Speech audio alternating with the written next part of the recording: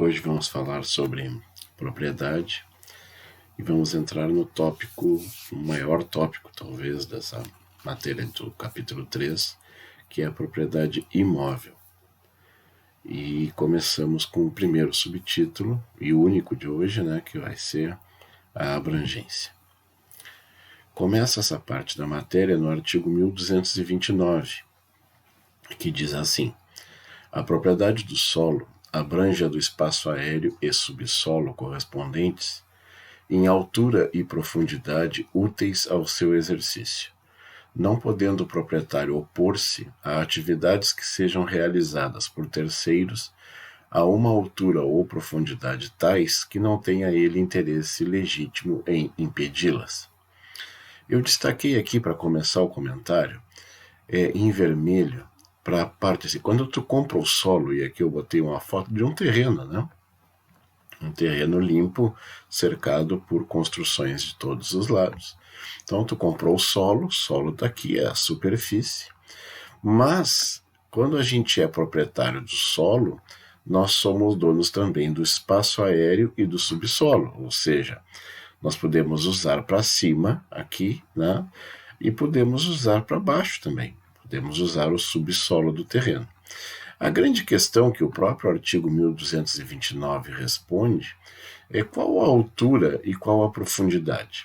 Pois bem, quanto à questão da altura, dependendo da região, dependendo do local, dependendo do município, existem limites de altura. Eu já comentei com vocês a respeito disso, algumas zonas de aproximação de aeronaves, aqui em Bagé, no caso, na parte velha da cidade, ali atrás da catedral, tem uma limitação de altura, nós temos um limite de altura. E até o limite físico mesmo, nós temos limites, não pode ser ultrapassado a determinada altura. Nós temos prédios enormes, mundo afora aí, que ultrapassam os limites, mas são sempre prédios que exigem uma engenharia muito grande, para ter sustentação.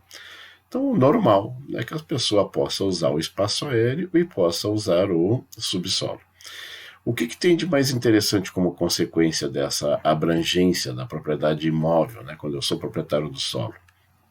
É que, às vezes, a gente se preocupa que o vizinho possa invadir o solo, ele pode, desviar a construção dele, construir em cima do meu terreno.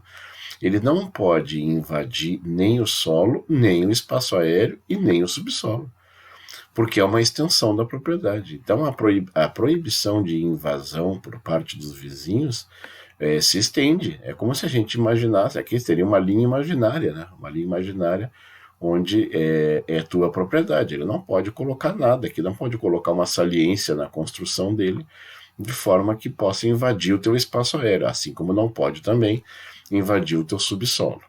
Existem exceções, obviamente, que a gente vai estudar nos direitos de vizinhança, mas em princípio é essa a extensão da tua propriedade. Pois bem, essa questão, então, para ilustrar melhor, eu trouxe aqui uma particularidade do nosso município, Estão pedindo perdão aí a quem não conhece Bagé direitinho, mas acho que a maioria conhece, já transitou por aqui.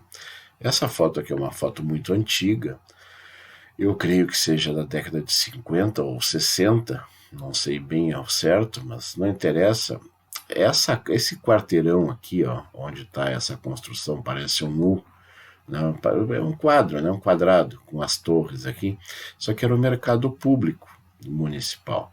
Hoje, nesse quarteirão, está o Hotel Urbino, nessa ponta aqui, aqui nós temos um edifício, nessa outra ponta, mais edifícios aqui também, e aqui nós temos uma praça, nós temos um outro edifício aqui também, no José Carreon Moglia, aqui onde está esse prédio antigo aqui é o Banco do Brasil hoje, e eu acho que o único prédio que está intacto ainda nessa foto é esse aqui, que é o edifício mais antigo da cidade, se eu não me engano.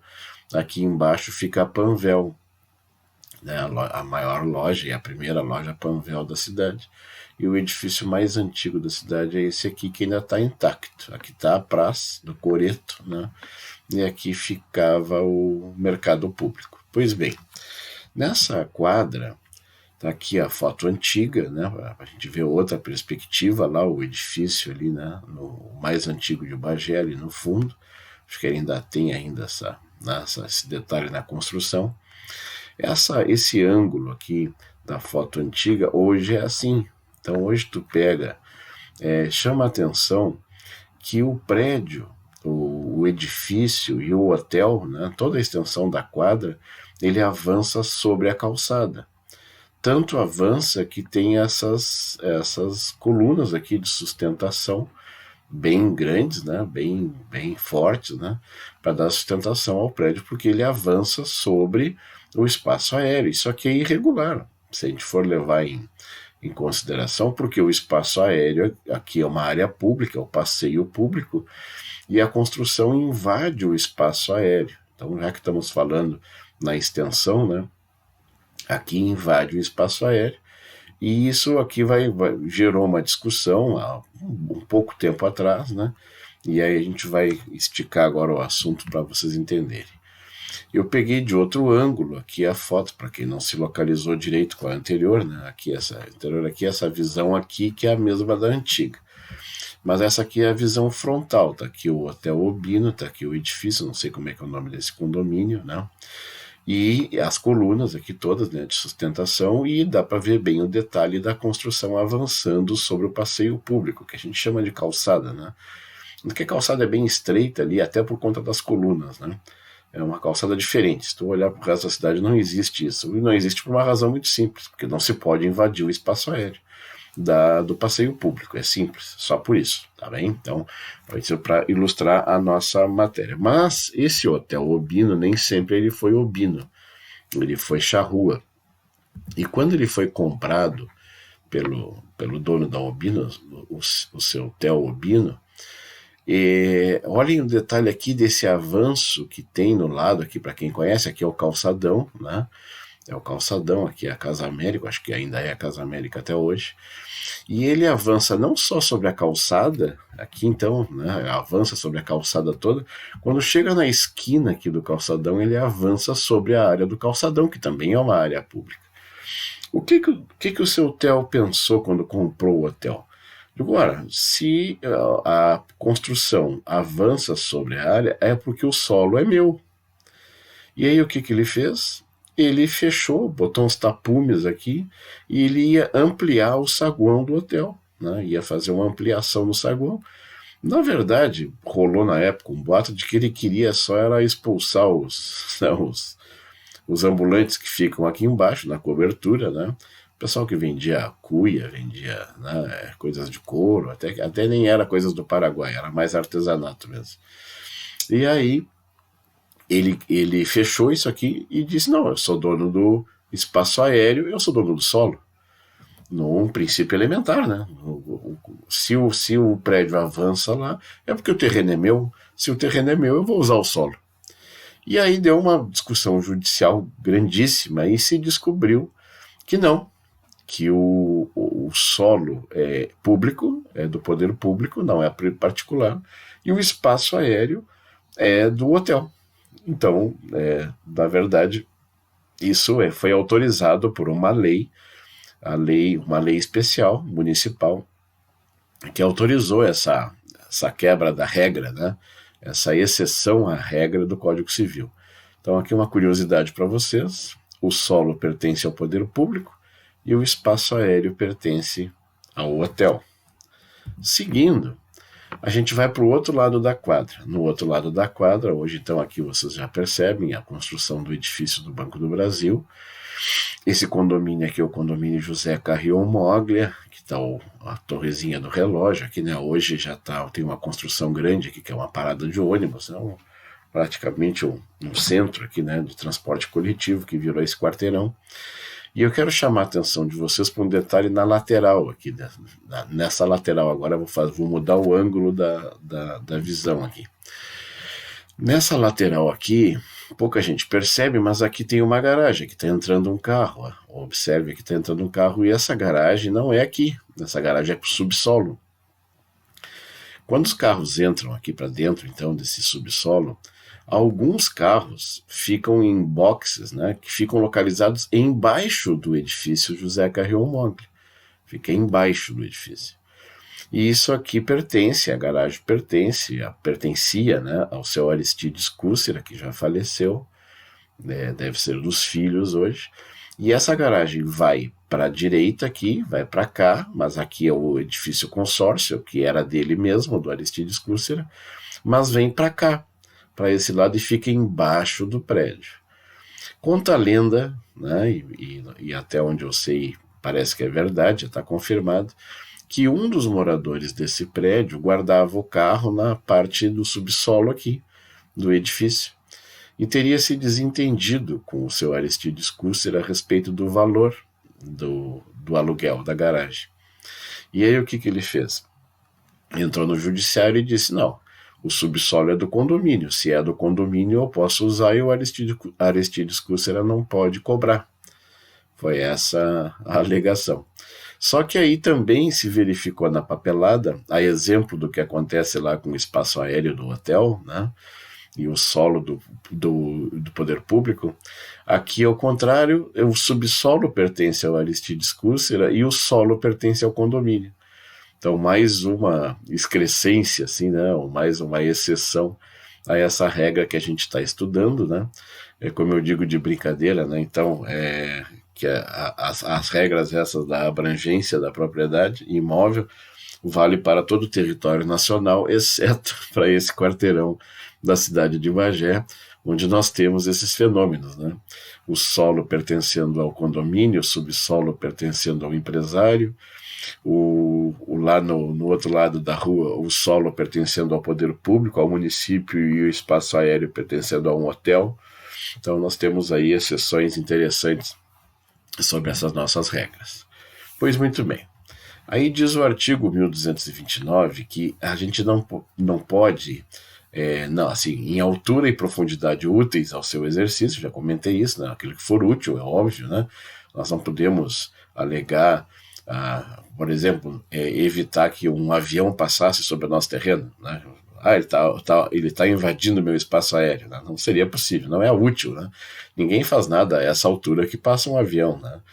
E na questão do subsolo da mesma forma, se tivesse alguma coisa muito ao fundo do terreno, a gente não tem como se opor. Então, aqui diz que a gente não pode opor-se a atividades que sejam realizadas por terceiros a uma altura ou profundidade tais que não tenha ele interesse legítimo em impedi-las. Então, a gente tem direito ao subsolo dentro de certos limites, direito à altura dentro de certos limites. É aí que o bicho pega.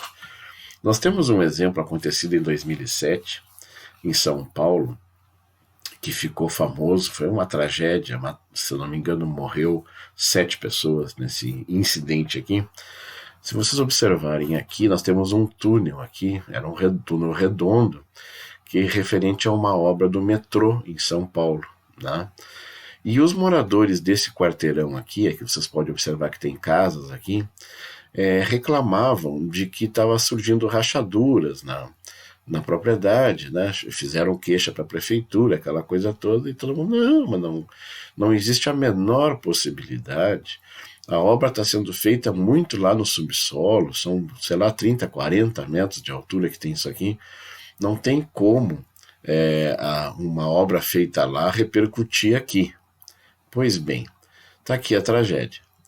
A obra, não só as rachaduras estavam sinalizando, e matou gente, matou funcionário do metrô, parece que matou moradores também aqui que moravam aqui.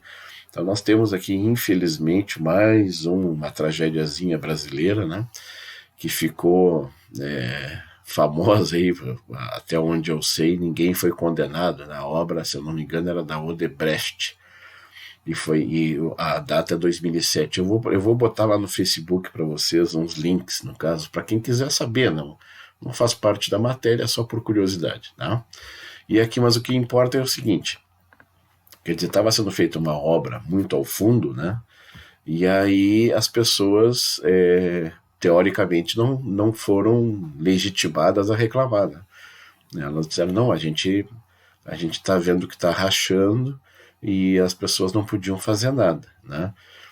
Por causa daquele dispositivo do Código Civil que diz, tu não pode te opor a uma profundidade tal que tu não tem interesse em impedir, né? Então foi nesse sentido. Tá aqui, eu botei aqui várias fotos com ângulos. Essa foto é muito impressionante, que mostra um caminhão enorme aqui, caçamba, né? Fica bem pequenininho aqui, né? Assim, os caminhões tudo aqui empilhados, né? E aqui essa última foto aqui desse incidente já mostra a recuperação, e aí vocês têm uma noção da extensão do dano, né? Porque aqui era um troço redondo do metrô, tá tudo bem, aqui estava todo mundo sabido, mas olha só para onde foi, né? Olha o aprofundamento aqui, né? O que afundou aqui o terreno. Nós estamos falando aí talvez num quarteirão inteiro, né? Uma coisa muito grandiosa mesmo, né? Então tem realmente o que muda um pouco esse ponto de vista da gente, né? De que eu não posso me opor a uma obra feita a uma profundidade tal, mas aqui seria bom que as autoridades tivessem prestado atenção, né, nas queixas dos proprietários, certo? Que acabaram não conseguindo sucesso na prevenção exatamente por conta do dispositivo legal que não autoriza que tu te oponha a alguma coisa que seja feita tão profundamente assim, né? O próximo artigo é o artigo 1230, que diz que a propriedade do solo não abrange as jazidas, minas e demais recursos minerais, os potenciais de hidráulica, os monumentos arqueológicos e outros bens referidos por leis especiais. Destaque aqui para o não abrange. Então, quando tu é dono do solo, tu não é dono das jazidas, das minas, dos recursos minerais. E aí fica uma pergunta, tá, se eu não sou dono dessas riquezas do subsolo, o que eu sou dono então? Aí diz aqui, parágrafo único. O proprietário do solo tem o direito de explorar os recursos minerais de emprego imediato na construção civil, desde que não submetidos à transformação industrial obedecido ao disposto em lei especial. Traduzindo, tu só é dono do subsolo se tu encontrar terra. Se tu encontrar terra, tu pode usar na construção civil, né, para fazer aterro, para tirar a terra daqui, bota a terra para lá, certo? Joga a terra em cima, tira a terra, de repente, para fazer a terraplanagem, né, que seria planificar o terreno. Isso tu pode fazer. Mas se tu encontrar qualquer riqueza mineral, certo? Ou, prestem atenção, monumentos arqueológicos e outros bens referidos. Então eu trouxe aqui um exemplo, né? Perdão, não é um exemplo ainda. A Constituição Federal, né, ela reforça ainda mais esse entendimento aqui do Código Civil, aqui o Código Civil, artigo 1230, e a Constituição Federal destaca no artigo 20, são bens da União. Eu destaquei aqui só por curiosidade da nossa questão momentânea aí da questão do coronavírus e dos municípios proibindo que as pessoas vão para a praia, né? E todo mundo está referindo aí, está aqui, as praias marítimas são da União. O município não tem competência para permitir ou proibir que alguém vá para a praia, né? Só quem pode fazer isso é a União, é um bem público da União. Assim como o mar territorial é da União, os terrenos de marinha, nós já comentamos isso lá na Enfiteuse, são bens da União. E aqui está onde nós chegamos na nossa matéria, os recursos minerais, inclusive os do subsolo. Quer dizer, todos os recursos minerais presentes no subsolo são da União. E as cavidades naturais são sítios arqueológicos e pré-históricos. Aí o 176 completa, tudo da Constituição Federal. As jazidas em lavra ou não e demais recursos minerais e os potenciais de energia hidráulica constituem propriedade distinta da do solo. Então, o dono do solo não é dono das jazidas, nem dos recursos minerais, porque eles pertencem à União, tá aqui, e pertencem à União, não é ao município nem ao Estado, pertencem à União. Então, aí, qual é a importância disso? Para a nossa região aqui, principalmente o pessoal de Candiota ali, dizem que Dario Lassance está em cima de mina de carvão, né? Tem carvão embaixo ali. E aí, como é um bem da União, ele pode ser explorado, né? Então, mas eu sou dono do solo. Sim, mas tu não é dono do subsolo. O subsolo pertence à União, e isso poderia, e parece que vai acontecer no futuro, de desapropriar o pessoal para poder continuar explorando o carvão, né? É que o carvão, as minas que existem hoje são suficientes, né? Mas então, olhem só a abrangência disso aqui. Tu é dono do imóvel, mas tu não é dono do subsolo, nem das riquezas que tu encontra no subsolo. E aí eu trouxe um exemplo aqui, que é um exemplo folclórico aí, né? Mas do dono da Havan, né? Que lá em Rio Grande, né, não conseguiu tocar a obra dele, porque acharam, estavam escavando ali, fica ali perto da universidade, ali naquela via que a gente sai do cassino e vai para Rio Grande. À direita, quem vai para Rio Grande, no trevo aquele da FURG ali, à direita fica o terreno onde o Luciano Hang quer construir a loja da Havan. E aí eles encontraram cerâmica, né, nas escavações ali, o IFA, que é o Instituto de Patrimônio Histórico e Artístico Natural, uma coisa assim, o IFAM, que é um órgão federal, achou, e aí mandou parar a obra porque acha que aquilo ali pode ser um sítio arqueológico, no caso está aqui, ó, são sítios arqueológicos ou pré-históricos, né? Pode ser dos nossos colonizadores, dos portugueses, né? Ali a Rio Grande era um porto, né? Uma cidade muito antiga, né? Então pode ter algum valor histórico. E aí o que aconteceu? Trancou a obra, né? Aí eles mandaram parar a obra. Eu acho que aconteceu alguma coisa parecida também em Santa Maria, com uma outra obra lá também que parou não sei quanto tempo, porque acharam lá ossinhos de dinossauro, né? Tu acha lá um pedacinho de ossinho e aí para tudo, né? Por causa disso. Então aqui é uma crítica que o Luciano Hang faz, né? Para a burocracia no Brasil, porque na verdade o apelo dele é que isso pudesse se resolver de forma mais rápida, né? Ele não é contra a preservação do patrimônio, mas que pudesse ser resolvido de forma mais rápida. E aqui, né, o atrasômetro com quase mais de um ano, né, esperando, né? Então, por que espera, né? Por que eles já não definem alguma coisa, devolvem o dinheiro, dizem não? Tá? Então é coisa da burocracia brasileira mesmo. E outra curiosidade, que eu separei um site aqui que eu vou disponibilizar para vocês no Facebook também, né? Aliás, eu vou botar complementos da matéria no Facebook. Não é matéria, né? Mas só para quem quiser entender mais. Eu vou disponibilizar lá no nosso grupo no Facebook. Tem um texto aqui bem interessante que conta um boato, assim, né? Não é muito comprovado isso, mas técnicos envolvidos nas atividades de mineração, comércio e exportação do mais nobre dos metais, no caso é ouro, né, são unânimes em afirmar que mais da metade da nossa produção sai clandestinamente do país, em grande parte ao longo da fronteira norte amazônica e também em direção ao sul, para o Uruguai e Paraguai. Para gente que conhece aqui o Uruguai, quem vai ali a Rivera, é muito comum ver compro ouro, ouro viejo, certo? O comércio de ouro é muito comum ali nas ruas de Rivera, né? E aí não é à toa, né? Porque Rivera não tem mina de ouro nenhuma, né? Eles só compram ouro e compram ouro dos brasileiros. Por quê? Porque o brasileiro que acha ouro no nosso território, ele fica bem quietinho, ele não pode anunciar, porque se ele anunciar, o ouro é da União, acabamos de ver isso, né? O ouro é da União. Então, como é que ele faz? Ele acha o ouro, ele acumula o ouro e depois ele vai negociar fora do país. Porque se ele abrir a boca, como eu disse para vocês, o ouro achado no subsolo não lhe pertence. Outra historinha que eu sempre conto, né, que é a história da família Buscapé, né, dos Estados Unidos, que era um desenho antigo, né, virou filme depois, na década de 80, acho que 90, que a família Buscapé era uma família de caipiras, né, que acharam petróleo no terreno deles, né, numa propriedade rural. E eles ficaram milionários da noite para o dia. No Brasil, não. Se tu achar terreno, se tu achar petróleo no teu terreno, provavelmente tu não vai ficar milionário, né, porque o petróleo não é teu. Se tu achar ouro no teu terreno, o ouro não é teu. Então essa é a regulamentação legal aí, né, já com todo esse fundamento. Então era isso, né, por esse tópico. Esse é o fim do tópico. Agradeço a atenção e até a próxima.